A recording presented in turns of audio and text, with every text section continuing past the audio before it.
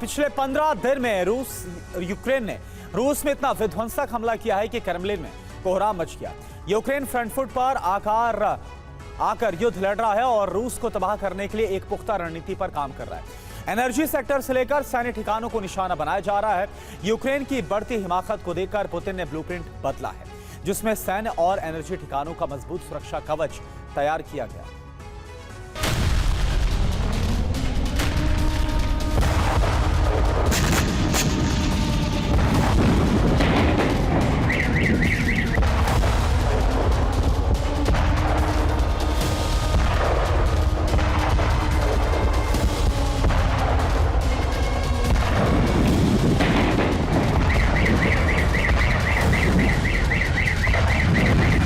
मानो ऐसा लग रहा है जैसे यूक्रेन में नई जान फूंक दी गई हो।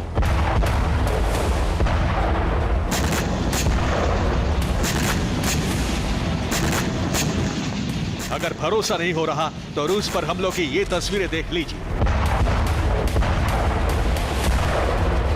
धुआं धुआं कर दिया, रूस की डिफेंस लाइन की धज्जियां उड़ा दी।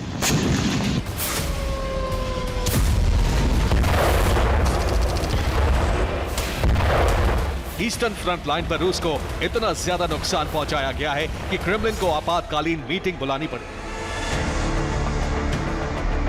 क्रेमलिन को तुरंत युद्ध नीति बदलनी पड़ी। आक्रमण के बजाय रूस डिफेंसिव मोड में आ गया। पिछले 2 साल में रूस की ऐसी स्थिति पहली बार देखने को मिल रही है। हालांकि रूस ने फिर से यूक्रेन पर हमले शुरू कर दिए हैं।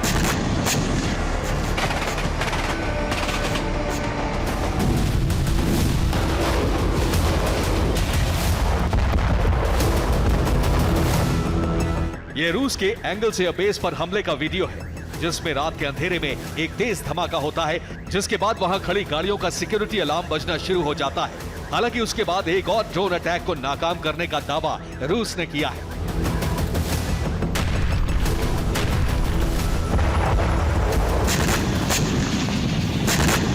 बेलगोरोद पर यूक्रेन ने सबसे ज्यादा हमले किए हैं। कुछ घंटे पहले बेलगोरोद के रिहायशी इलाके में बम गिराए गए, जिससे वहां खड़ी गाड़ियों में आग लग गई।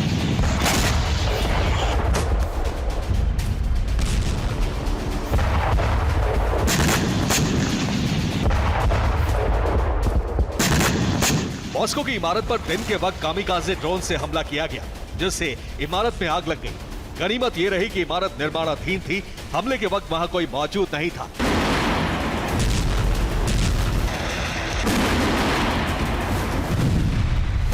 क्रास्नोदर में स्वाम ड्रोन अटैक किया गया। काफी दूर तक धमाके की आवाज सुनाई दी। इस तरह के हमले क्रीमिया के बाहरी इलाके पर भी किए गए।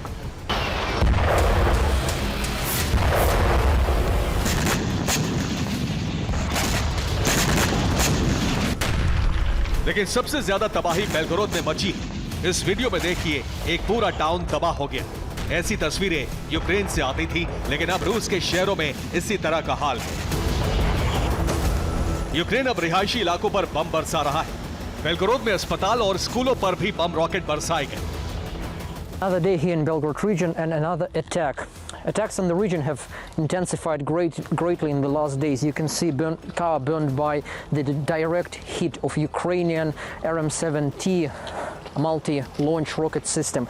Actually, the Russian Ministry of Defense says that 8 aerial targets were intercepted, but unfortunately not all of them. For the last week, every single day, 2 or 3 times a day, the region is being attacked. I mean, you can literally look at the impact place.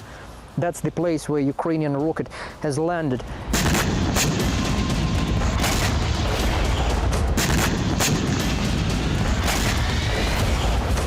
इतने विध्वंसक हमले से Belgorod और दूसरे इलाके दहल गए हैं। चुनाव खत्म होने के बाद पुतिन ने पहली बार बेलगोरोद को लेकर बयान दिया है। उन्होंने कहा, दुश्मन को बख्शा नहीं जाएगा। इससे ज्यादा तबाही के लिए यूक्रेन तैयार रहे। Уже говорил об этом, просто не хочу сейчас в этой торжественной обстановке вдаваться в детали. Конечно, мы можем ответить тем же можем ответить. И по гражданской инфраструктуре, и по всем другим объектам подобного рода, по которым противник наносит удар. У нас есть свои взгляды на этот счет и свои планы. Будем идти. एक तरफ रूस के रिहायशी इलाकों पर हमला, दूसरी तरफ एनर्जी सेक्टर पर यूक्रेन हमला कर रहा है। ऐसे में पुतिन के सामने बड़ा चैलेंज है कैसे एनर्जी सेक्टर को बचाया जाए, क्योंकि यूक्रेन एक ऐसे हथियार से हमला कर रहा है जो बेहद सस्ता और छोटा है, जिसके आगे रूस के डिफेंस सिस्टम नाकाम साबित हो रहे हैं। उस हथियार के बारे में और उससे तबाही के बारे में आपको बताते हैं।